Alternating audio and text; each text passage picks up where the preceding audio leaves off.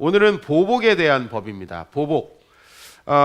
여러분들이 혹시 상식적으로 들어보신 적이 있겠지만 프랑스 루브르 박물관에 가면은 저보다 조금 키가 큰 돌기둥이 있는데 그게 바로 유명한 이 예수님이 모세가 시내산에서 하나님의 율법을 받기보다 한 200~300년 전에 보통 쓰여졌다라고 그렇게 고증되고 있는 함무라비 법전입니다.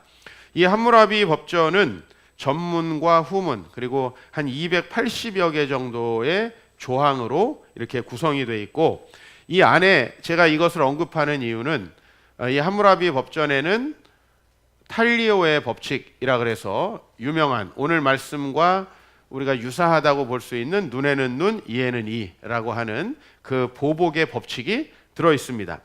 그래서 많은 사람들이 구약의 율법이 이 함무라비의 법전을 따라한 거 아니냐, 혹은 또 여러 가지 다른 법 체계들을 따라서 만들어진 하나의 법 체계에 불과한 거 아니냐, 이렇게 생각하는 경우가 많이 있습니다.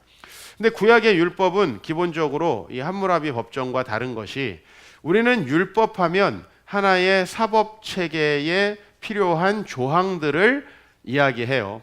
근데 구약은 실제로 사법 체계의 조항으로서 우리에게 주어진 게 아니에요. 구약의 모세오경을 여러분들이 생각해 보시면, 구약의 모세오경은 창조의 이야기부터 시작이 돼요. 이 세상은 이렇게 창조되었고 이렇게 아름다운 세상이었다. 그런데 우리가 우리의 욕망으로 하나님을 반역해서 이 세상을 이렇게 망가뜨렸다. 그래서 내가 너희들 중에 내 백성을 택해서 그 백성들에게 이 나의 뜻을 계시함으로 이 세상을 다시 회복시키고 이 세상이 아름다운 세상이 되게 하겠다는 거예요. 기본적으로 사법 체계는 이 세상의 법을 통해서 정의를 실현하고 또 악한 자들을 처벌하는 데에 주로 그 초점이 맞춰져 있어요. 그러나 부패한 우리 마음을 막고 우리가 하나님의 통치를 따라야 행복한 삶을 살 수 있다고 하는 그 포괄적인 율법과는 좀 비교가 됩니다. 여러분은 법을 하나만 떼서, 법을 어떤 하나의 조항을 가지고 여러분에게 유리하게 적용하는 데 익숙해 있는데, 그렇다면 이 율법은 아무 의미가 없습니다. 우리의 심령을 고치지도 못하고 바꾸지도 못합니다. 왜 그렇죠? 이 율법 중에서 분명히 여러분은 여러분이 범하고 있는 율법을 무시하게 될 것이고, 여러분이 비교적 잘 지키는 법을 가지고 상대방을 욕할 것이기 때문에 그래요. 우리에게 유리한 조항들은 아주 정의롭게 우리가 활용하고, 우리에게 불리한 조항들은 감추려고 하기 때문이에요. 우리가 다른 사람들을 바라볼 때는 그 사람이 지키지 못하고 있는 법들을 주로 적용하고, 나를 바라볼 때는 주로 내가 잘 지키고 있는 법을 적용하기 때문에, 이런 방식의 부패한 마음은 이 율법과 대치되는 거예요. 율법이 우리에게 주어진 배경의 그 이야기는 우리 모두가 하나님을 반역한 악한 죄인이고, 그래서 우리가 우리의 마음의 욕심과 욕망대로 살아가면 결코 행복할 수 없다라고 하는 서론적 이야기가 있어요. 이 이야기에 여러분이 동의하지 않고 이 율법을 잣구대로 이용해봤자 하나님 나라는 이 세상에 결코 오지 않는다는 것입니다. 먼저 오늘 예수님이 하나의 태죄를 가지고 나오는데, 그게 바로 눈에는 눈, 이에는 이라고 하는 법입니다. 이 법은 율법에 비교적 포괄적으로 반복되는데요. 먼저 출애굽기 21장, 즉 출애굽기 21장은 위치상 어디냐면, 시내산에서 이스라엘 백성이 십계명을 받은 기록이 20장에 나와요. 출애굽기 20장. 그러니까 21장은 그 십계명에 대한 다양한 해설들의 시작하는 장이에요. 그 시작하는 장에서 눈은 눈으로, 이는 이로, 손은 손으로, 발은 발로, 이렇게 두 가지가 더 추가되어 있죠. 그죠? 다른 신체들도 거기에 포함되어 있습니다. 레위기 24장으로 가면 레위기에는 상처에는 상처로라는 말이 덧붙습니다. 그래서 남에게 상해를 입힌 그대로 그에게도 그렇게 해야 한다라고 하는 법으로 조금 더 확대되고, 신명기 19장 21절에는 생명에는 생명으로라는 말이 있어요. 그래서 사실 생명부터 작은 상처에 이르기까지 그 모든 것들은 그대로 갚아줘야 한다라는 문자적인 의미를 가지고 있습니다. 그런데 원래 이 보복 규정의 참된 의미는 무엇일까라는 걸 생각해 봐요. 우리가 예수님께서 이 모든 구약의 율법을 어떻게 요약했는지를 알고 있잖아요. 뭐죠? 하나님을 사랑하고 이웃을 사랑하라. 그죠? 그다음에 이거를 더 줄이면 사랑이에요. 요한이 우리에게 얘기한 새 계명을 너희에게 주노니 서로 사랑하라. 낭만적으로 생각하면 안 돼요. 낭만적으로 생각하는 그 사랑이 아니고 이 사랑이 어떤 의미인지 우리가 잘 생각해 봐야 합니다. 뭐에서? 이 율법이 주어졌던 내러티브 자체로부터 우리가 그 의미를 생각해내야 한다라는 거예요. 그냥 그 구절만 생각해서 따로 떼서 우리가 이 시기에 야 너도 설거지 안 했지? 나도 안 할게. 이런 식으로 사용하는 법이 아니라는 거예요. 그렇게 보복을 위한 법이 아니에요. 원래 이 보복 규정은 지금보다 훨씬 더 예전에 주어진 거죠. 한번 생각을 해보십시오. 지금 우리는 폭력을 겉으로 잘 가하지 않는 시대에 살고 있어요. 왜요? 우리 인간이 착해졌기 때문에? 아니죠. 모든 종류의 폭력이 사법적인 처벌을 받을 뿐만 아니라 막대한 벌금이 주어지기 때문에. 그래서 이 법이 왜 주어졌는가를 생각해 봐야 돼요. 한 3,500년 전 함무라비 법전이 생겼던 4,000년 전으로 돌아가자고요. 그 당시에 더 힘세고 더 힘을 가지고 있는 권력자가 그렇지 않은 사람을 때리고 죽이는 거 별 큰 문제가 아니에요. 그런 사회란 말이에요. 그죠? 그러니까 그때는 우리의 폭력성과 욕망이 겉으로 그대로 드러나도 큰 문제가 없는 시대란 말이에요. 그러니까 이 규정은 무슨 규정이었냐면 자기보다 약한 자들, 자기보다 더 힘이 없는 자들이 살해와 상해를 당하지 않도록 보호하는 법이에요. 이를테면 내가 더 힘이 센데 힘센 사람이 힘이 약한 사람을 때리도록 하지 못하게 하는 강력한 법이 뭐예요? 바로 이 법이에요. 타자에 대한 존중의 법이에요. 모든 사람들이 서로를 존중하고 비록 이 사회는 사람들을 같이 매김하고 이 사회는 서로를 무시할 수 있는 그런 많은 기준들을 만들어내요. 이를테면 조선시대의 신분제 같은 거, 우리의 학벌 같은 거, 우리의 능력이라고 소위 얘기하는 것, 그 다음에 우리의 경제력 같은 것이 사람들을 등급화하고 차별화한단 말이에요. 그런 사회 속에서 그들이 동등하게 존중받도록 보호하려는 그런 법이었다는 거죠. 상대방을 해하는 죄에 대해서 보복을 한다는 건 이런 의미가 있어요. 동등한 게 아니에요. 여러분, 이 당시에 힘이 있고 권력을 가진 사람의 눈과 노예의 눈은 절대 같은 값어치를 갖지 않는 거예요. 그렇죠? 근데 이 법에 의하면 어때요? 동일한 가치를 갖는 거예요. 이게 굉장히 중요한 거예요. 유대인들은 이 관습을 어떻게 활용했을까요? 문자 그대로 자신들이 손해를 보지 않도록 보복하는 법으로 이걸 사용하게 됐어요. 즉 타자에 대한 동등한 가치 매김의 정신이 원래 이 법의 정신인 거예요. 비록 우리가 어느 사회에 살면 그 사회의 기준에 따라 내가 가지고 있는 재능이 더 큰 경제적인 보상을 받을 수도 있고 그렇지 못할 수도 있어요. 그렇죠? 과거에는 여러분이 어떤 신분만 가지고 있어도 경제력이 보상되던 그런 시대였는데 지금은 또 다른 것들이 중요한 시대가 돼버렸어요. 부모님이 땅이 있나 부모님이 돈이 있는가가 더 중요한 시대가 되어버렸어요. 그러나 우리가 잊지 말아야 될 게 있어요. 이 세상 사람들이 어떻게 사람들을 같이 매김한다 할지라도 우리 하나님의 형상인 모든 인간은 동등한 가치를 갖고 있다는 거예요. 그 동등한 가치를 갖고 있다는 것을 과거에는 동일한 보복의 율법으로 실현하려고 했다면 이 시대에는 우리가 그 정신을 회복해야 될 거예요. 어떻게 이 법을 지킬 수가 있겠습니까? 예수님은 오늘 이 말씀을 좀 황당하게 바꾸십니다.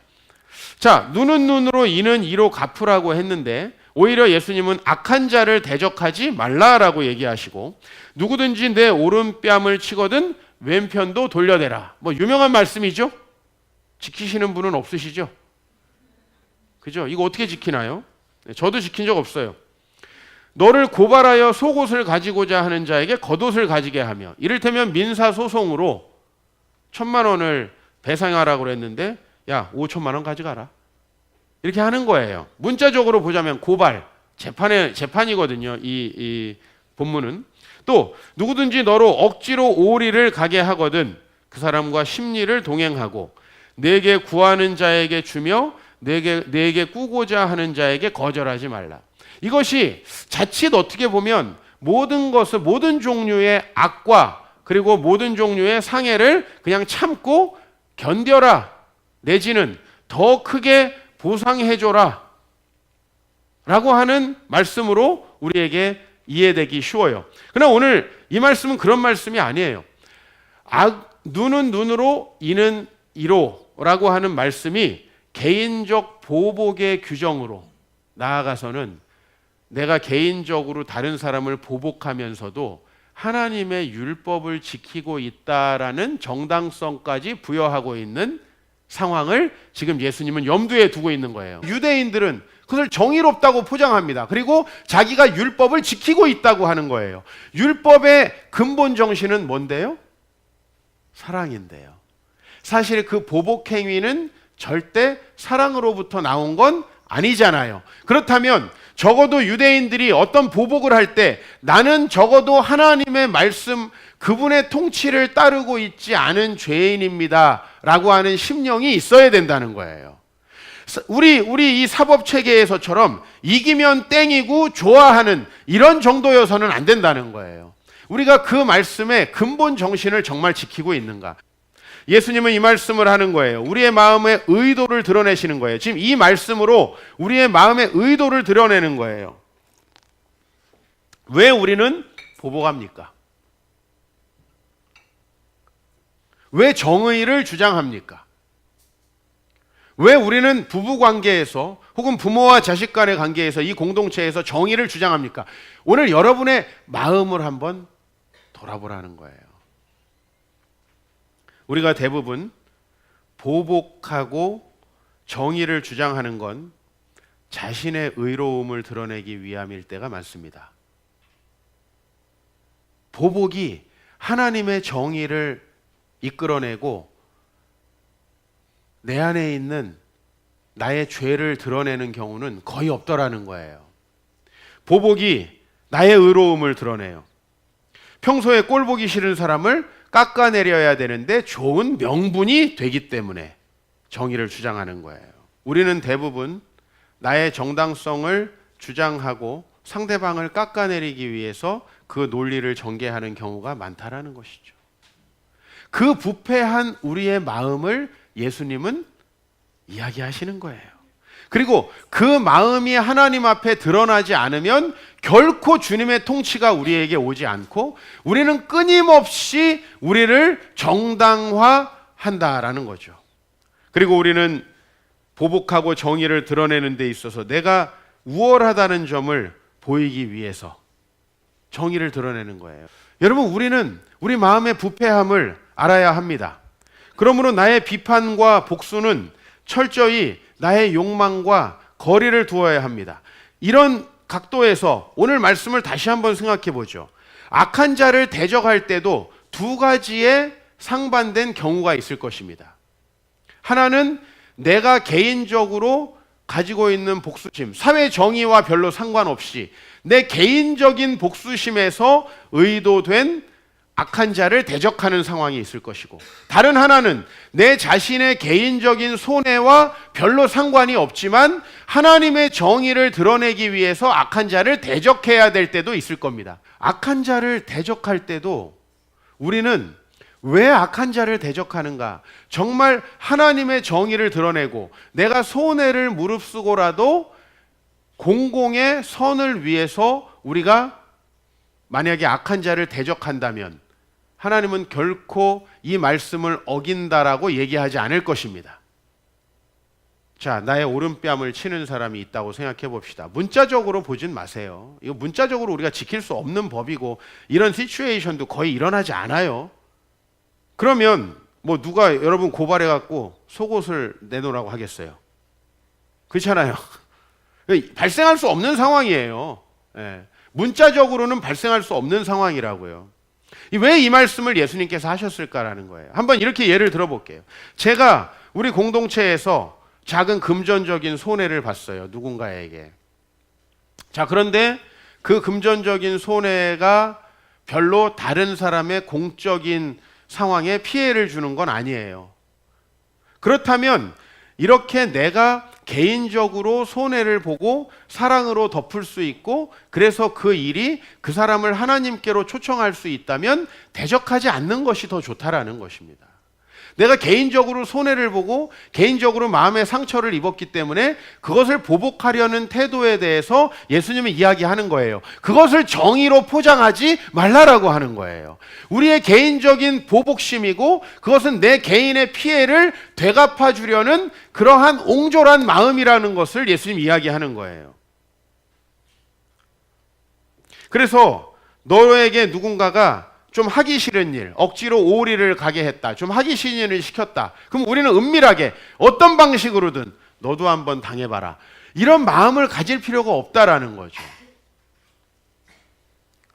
오늘 말씀 우리가 정말 적용하는 것이 쉽지 않습니다. 그래서 저는 오늘 이것을 어떻게 실천할 것인가에 대해서 우리의 이중성에 대해서 좀 고발을 하려고 합니다. 우리의 이중성. 첫 번째로 여러분의 복수를 의로 포장하려는 경향에 대해서 말씀드리고 싶습니다. 제가 부끄럽게 고백할 것이 좀 있는데요. 목사가 되기 조금 전입니다. 제가 한 교회에서 4년째 시무를 하고 있었고 제가 성경을 열심히 가르치잖아요. 저는 뭐 성경을 가르치는 거 원래 가르치고 아는 척하는 걸 좋아하는 사람이라 원래 가르치는 걸 열심히 합니다. 열심히 제가 성경을 가르쳤고 또 제가 열심히 성경을 가르치면서 그 가르쳤던 사람들이 리더들이 됐습니다. 4년이 돼가지고 저는 제 마음속에 제가 가르쳤던 사람이니까 참 제 말을 잘 들을 것이다 라는 기대가 제 안에 있었습니다. 그런데 그 리더들이 한번 저에게 아무 알림이 없이 우리식으로 말하면 11시 20분에 있는 리더 기도회를 통째로 안 나왔어요. 전체가. 제가 거기에 무지 분노를 느꼈습니다. 사실 교회의 공적인 중요한 사안으로 봤을 때 그들이 따로 모여서 그때 교회에 좀 문제가 있었어요. 그 문제에 대해서 의견을 모으려고 따로 자기들끼리 모은 거예요. 근데 우리가 우리에게 허락을 요청하면 안 해줄 것 같으니까 그냥 우리에게 허가를 받지 않고 따로 모였어요. 나는 사실 그 일이 우리 공동체의 공익에 피해가 되는 일이라고 생각이 들진 않았습니다. 그러나 내 개인적인 배신감이 아주 컸어요. 잘 이해하세요. 분명히 규정을 어긴 거는 맞아요. 약속 시간에 그들이 나오지 않은 거는 맞아요. 그러나 그것에 대한 피해는 고스란히 나의 배신감이지 교회에 공적인 피해를 주는 일은 아니었어요. 그래서 저는 그렇게 이해하고 넘어갔느냐? 그렇지 않기 때문에 지금 고백을 하는 거예요. 그때 처음으로 목회를 그만두고 싶다는 생각이 들었어요. 예? 니느웨의 12만 명의 영혼에는 관심 없고 자기 박넝쿨에 관심 있었던 요나처럼 나는 교회의 공익적인 방향성에 대해서 피해를 주지 않은 그 행동이 철저하게 아주 개인적으로 나에게 배신감을 주었기 때문에 목회를 그만두고 싶었어요. 그 아이들에게 삐졌던 것은 물론이고요. 담당 목사님께 찾아가서 목회를 그만두겠다고 이야기까지 했어요. 물론 포장은 그렇게 하지 않았죠. 포장은 다르게 했습니다. 난 오늘 나의 그것을 여러분에게 이야기하는 거예요. 왜 떳떳하게 이야기하지 않느냐는 거예요. 난 걔네들 배신감 느껴서 나 못하겠어요. 이런 싸가지 없는 놈들. 이렇게 얘기했으면 그래도 내 죄가 좀 덜합니다. 그러나 나는 어떻게 포장을 했냐면 마치 제가 목사님께 엄청 충실한 부교역자인 것처럼 제가 목사님의 목회에 큰 도움이 되지 않는 것 같습니다. 라고 이렇게 이야기를 했어요. 목사님 무슨 뜬금없는 이야기였을까요? 굉장히 열심히 잘하고 있던 놈이 갑자기 어느 날 와가지고 도움이 되지 않는 것 같습니다. 뭐 사실로 말하자면 도움이 좀 됐었던 것 같아요. 왜냐하면 저는 원래 누가 시킨 걸 되게 열심히 하는 스타일이고 시킨 대로 하지 않고 항상 더 열심히 하는 스타일이에요. 왜? 저는 열심히 안 하는 제가 너무 싫기 때문에. 뭐 그것도 충성심이라고는 조금 달라요. 뭐 이렇게 하면 오늘 내가 완전 쓰레기가 되는 건데. 오늘 설교의 결론이 목사님은 나쁜 놈이다 이렇게 되면 안 되겠죠. 그렇죠? 이 얘기를 들으면서 여러분들의 거울이었으면 좋겠다는 생각을 해요.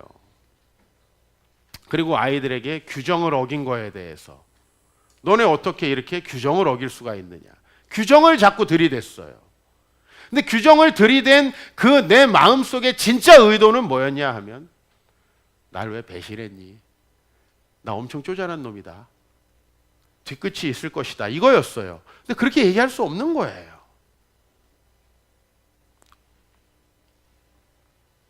물론 한 열흘 만에 회개했습니다. 그리고 목회를 그만두지도 않았고요. 저의 아주 부끄러운 기억으로 제가 마음에 담고 있습니다. 이 경우에 우리는 개인적인 보복보다는 그것을 인내함으로써 상대방이 하나님을 만날 수 있게 해주는 것이 훨씬 더 유익하다는 거예요. 아, 우리가 규정도 어기고 했는데 참 우리의 지도자가 좀 그런 포용적인 모습을 보이는구나. 우리도 정말 믿고 신뢰해야 되겠다. 이렇게 해야 된다는 거죠. 그 규정을 어긴 걸 가지고 처벌하고 불편하게 해봤자 그것이 무슨 하나님 나라의 유익이 되겠느냐는 거예요. 우리 로마서 12장 말씀을 같이 읽습니다. 시작.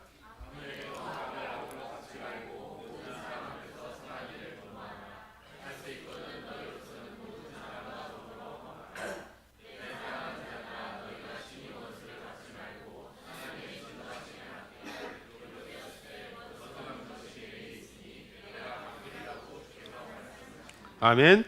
그러나 오늘 저는 이 말씀이 오늘 말씀의 결론이 아니에요. 왜 그렇죠? 이 말씀을 여러분에게 오늘 결론으로 드리면 여러분들은 두 번째의 이중적인 모습에 빠질 수밖에 없기 때문이에요. 그게 바로 뭐냐면 여러분의 비겁함을 선으로 포장하는 거예요.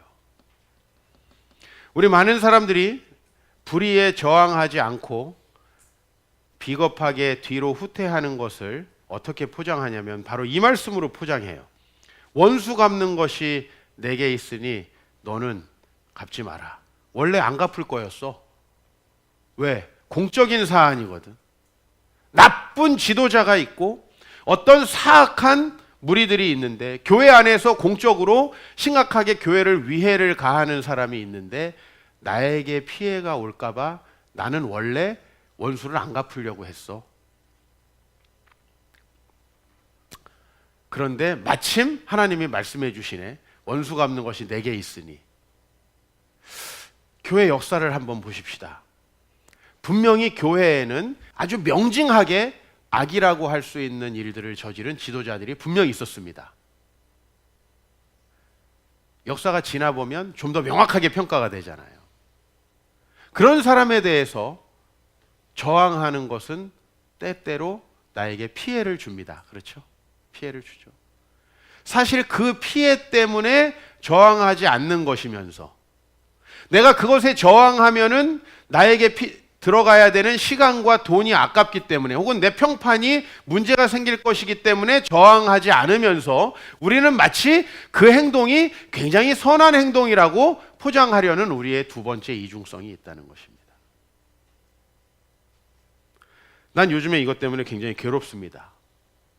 제가 공부한 우리 총신 신대원, 우리 총신이 지금 개판 5분 전이 돼 있습니다.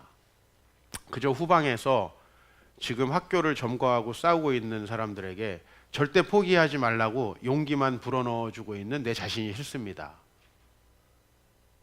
만약에 이 상황에서 원수 갚는 것이 내게 있으니 내가 갚으리라고 했는데 당신들 갚지 말아라. 나도 안 갚을 거다. 과연 저는 저의 선함 때문에 그렇게 행동하는 것일까? 내가 아무리 나에게 되짚어봐도 비겁한 것입니다. 거기에 들어가는 시간과 물질, 내가 그 저항을 하다가 나에게 닥칠 여러 가지 어려움들 때문이지 결코 내가 이 말씀 때문에 그렇게 하지 않고 있는 거죠. 내가 누군가에게 선하게 참는 것이 말하지 못하는 내 비겁함이지 결코 내 선함이 아니면서도 우리는 예수님의 이 안티테제를 또 이용하는 그런 오류를 범한다는 겁니다. 복수하지 말라라는 이 말씀, 눈에는 눈은 이래는 이라고 했는데 악한 자를 대적하지 말라. 사실은 악한 자를 왜 대적 안 하냐면 나의 안위 때문에 대적 안 하면서 그것을 우리는 신학적으로 포장을 하는 경향이 있다는 것입니다. 예수님의 안티테제가 대부분 나의 비겁함과 악에 대한 소극적인 태도의 변명으로 쓰이는 것을 우린 경계해야 됩니다. 저도 저의 SNS와 여러 강의에서 문제가 될 만한 요소들을 자꾸만 삭제하는 버릇이 있어요. 왜? 왜 이 사람들이 모여 있는 데는 얘기를 해놓고 나가는 데는 삭제를 할까요? 제가 문제를 겪고 싶지 않은 거예요. 그런 제 자신의 비겁함 앞에 직면합니다. 분명한 문제가 있고 그 문제엔 저항해야 되는 것이 사실임에도 불구하고 저항하지 못하는 거, 오늘 우리의 비겁함이라고 고백은 하자라는 겁니다. 지극히 소시민적인 내 새끼, 내 가정이 너무 중요한 내 이 소시민적인 정말 윤리적 나약함 때문에 내가 지금 이렇게 살아가는 거지 결코 그것을 이 말씀으로 포장해서는 안 된다는 거예요. 하나님의 말씀이 이렇게 쓰이는 거에 대해서 매우 안타깝고 저는 제 자신부터 이렇게 쓰면 안 된다라고 하는 거. 우리가 피해를 보더라도 정말 필요하다면 정의를 위한 운동에 동참해야 되지 않겠습니까? 이 사회의 공적 사안들에 대해서 외면하면서 우리 아이랑 놀이공원 가면 좋은 사회가 올까요? 적어도 나는 우리가 그런 존재라는 것을 인정하는 차원은 돼야 되겠다라는 생각을 합니다. 목사님, 그렇게 부족한 내 자신이 참 안타깝습니다. 이렇게 해야지. 자기의 모든 행동을 정당화하면서 우리가 헌금하지 않는다. 목사가 다 쓸까봐. 그럼 우리 조사하자고요. 목사가 다 쓰는지. 그리고 목사가 안 쓰는 게 결론으로 나면 사실 제가 아까워서 그랬어요. 이 정도까지는 가야죠. 우리가 좀 양심 있게. 네? 우리 청소년들 공부 안 하는 거 엄마 아빠 핑계 대지 말라고. 내가 안 하는 거잖아. 사실 내가 안 하려고 했는데 마침 엄마 아빠가 싸우는 거잖아. 우리에게 정말 심각한 문제는 예수님이 율법을 인용해서 그 율법을 반대로 해석하시면 그걸 또 이용해서 나를 정당화한다는 거예요. 특히 오늘 이 눈에는 눈, 이에는 이라고 하는 것은 그런 소지가 많은 율법이에요. 그래서 제가 여기까지 가져왔습니다. 우리 마태복음 18장 말씀을 마지막으로 같이 읽겠습니다.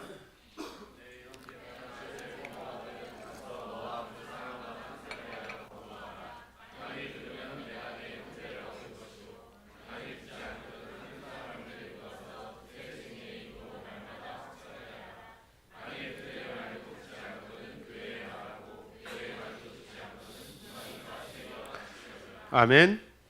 오늘 여기에서 교회라고 하는 것은 공적인 기관입니다. 처음에 어떤 형제가 죄를 범하면 그 사람만 개인적으로 왜 드러내고 그 사람이 회개할 기회도 주지 않는 것은 또 그것도 정의롭지 못한 태도니까. 그러나 그 사람이 만약에 개인적으로 권고해서 듣지 않으면 두세 사람을 증인으로 해서 그 사람이 정말 그렇게 말하는지, 이런 거예요. 내가 왜곡해서 그 사람을 나쁘게 전달할 수도 있잖아요. 그러니까 두세 사람의 증인을 데리고 가서 정말 그 사람의 의견이 그러한지 확증하라는 거예요. 그리고 그들의 말도 듣지 않으면 공적으로 이것을 얘기하라는 거예요. 사실 이런 면이 쉽지 않아요. 우리 누구에게 얼굴 붉히는 거, 이거 굉장히 힘든 일이잖아요. 사실 갈등이 발생하는 거 힘들잖아요. 그래서 여러분이가 갈등이 발생하지 않도록 하다가 엄청난 갈등이 생기는 경우가 많잖아요. 우리 교회가 처음 세워졌을 때 저에 대해서 루머를 퍼뜨리는 사람이 있었어요. 사실 주변 사람들이 저에게, 특히 우리 부교역자들이 이 문제를 좀 공적으로 이렇게 해결해야 될 것 같다는 이야기를 많이 했어요. 그리고 그 형제를 교회에서 내보내야 된다라는 얘기도 저한테 수차례를 했어요. 근데 저도 별로 그렇게 하고 싶지 않은 거예요. 뭐 성도 한 사람 한 사람이 소중하기도 하지만 또 갈등을 불러 일으키고 싶지도 않은 거예요. 그것을 한 달, 두 달, 6개월, 1년 이렇게 묻었습니다. 근데 사실 그때 정말 뼈저리게 깨달은 것은 내가 공적인 한 기관의 지도자라는 사실이에요. 내가 그 갈등을 피했을 때 엄청나게 많은 사람들이 피해를 볼 수도 있다는 사실을 깨달았습니다. 그리고 교회를 개척한 지 2년쯤 되어서 그제서야 알았어요. 저에 대한 루머가 저 혼자 피해를 보는 일이 아니라 많은 사람들이 피해를 보게 하는 일이라는 걸 알았어요. 처음 오셨던 멤버들은 알아요. 그래서 제가 그때까지도 그 루머를 사실로 믿고 교회 안에 이야기하고 있는 한 부부를 찾아갔어요. 그래서 이 일이 이렇게 많은 사람들에게 피해를 주고 동요를 입혔으니까 사실관계를 정확히 조사해서 만약에 내가 그 루머에 해당하는 것처럼 그렇게 나쁜 사람이면 내가 목회를 그만둬야 될 것이고, 그러나 그렇지 않고 이런 말을 양산했다면 적어도 교회 앞에 사과를 해야 되겠다. 그 말을 한 것에 대해서 내가 잘 몰랐고 그 말은 조사해 보니까 진리가 아니더라 라고 사과해야 되겠다. 사실 이런 말 하는 거 저도 싫습니다. 누군가에게 이런 말을 하는 거, 이거 뭐 딱 잘라서 그분들은 그렇게 들렸을 거예요. 사과하기 싫으면 나가라, 그렇게 들렸을 거예요. 사실 그런 말을 한다는 게 쉬운 건 아니에요. 그러나 제가 그때 이후로 더 단호해지기로 했어요. 왜? 내가 갈등을 피하는 것이 하나님의 정의가 아니고 때때로는 그것이 나의 비겁함에서 공동체를 흔드는 일일 수 있기 때문이었어요. 이른 양 한 마리를 소중히 여기기 때문에 그 사람을 데리고 있었던 게 아니에요. 내 마음 깊은 곳에는 갈등을 피하고 싶은, 그냥 좋은 걸 좋게 포장하고 싶은 그런 제 의도가 있었어요. 근데 그것이 굉장히 많은 사람들에게 피해를 주더라는 거예요. 가정에서 가장이 엄격하게 규율을 정해놓지 않으면 가정은 굉장히 힘들어집니다. 교회 공동체가 그런 규율이 없으면 힘들어집니다. 그런데 그런 규율을 세우려면 때로는 갈등도 피할 수 없고, 때로는 단호하게 오늘 여기 말한 대로 문제가 생기기 전에 막아야 되거든요. 사실 사단은 여러 가지 방식으로 교회를 공격하고, 제일 우리가 경계해야 될 것은 우리의 마음속의 죄를 포장하는 것입니다. 포장하는 것. 저는 제가 어떤 잘못을 해도 성경 속에서 적어도 내 잘못을 포장할 수 있는 성경 구절 20개 정도는 될 수 있을 것 같아요. 네? 그렇잖아요. 지식이 있으니까. 그것이 얼마나 악한 행동인가 라고 하는 것입니다. 그리고 결코 그런 사람에게는 하나님 나라가 임하지 않는다는 사실을 꼭 기억하기 바랍니다. 우리의 이중성이 폭로될 때 저와 여러분들이 조금 마음이 아플 수 있습니다. 좀 양심의 가책이 심하게 느껴질 수도 있어요. 그러나 제가 오늘 저의 이야기들도 이렇게 고백을 한 것은 목사일지라도 결코 그런 이중성의 유혹을 피하기가 어렵다는 것이에요. 그리고 우리가 이런 이중성을 가지고 있으면 하나님의 말씀은 하나도 지키지 않으면서, 말하자면 정말 주변 사람들을 존중하고 사랑하는 마음은 전혀 없으면서 나의 의로움을 정당화시키려는 그런, 또 나의 비겁함까지도 선으로 승화시키려는 그런 우리의 이 사악함을 결코 피하고 살 수 없기 때문이에요. 저와 여러분들이 정말 주님을 마음속으로 깊이 만나시길 바라고요. 여러분, 법정에서는 여러분에게 유리한 증언만 할 권한이 있지만 하나님 앞에서는 아니에요. 네? 그런 원칙이 하나님 앞에서는 통용되지 않는다고요.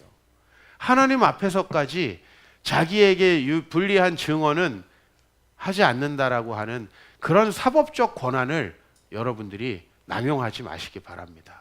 그 하나님 앞에 우리가 좀 진실하길 바랍니다. 그리고 그 하나님 안에서 이 귀한 말씀에서 우리의 이중성이 깨어지고 정말 주님 앞에서 신실한 우리의 삶이 되기를 축복합니다.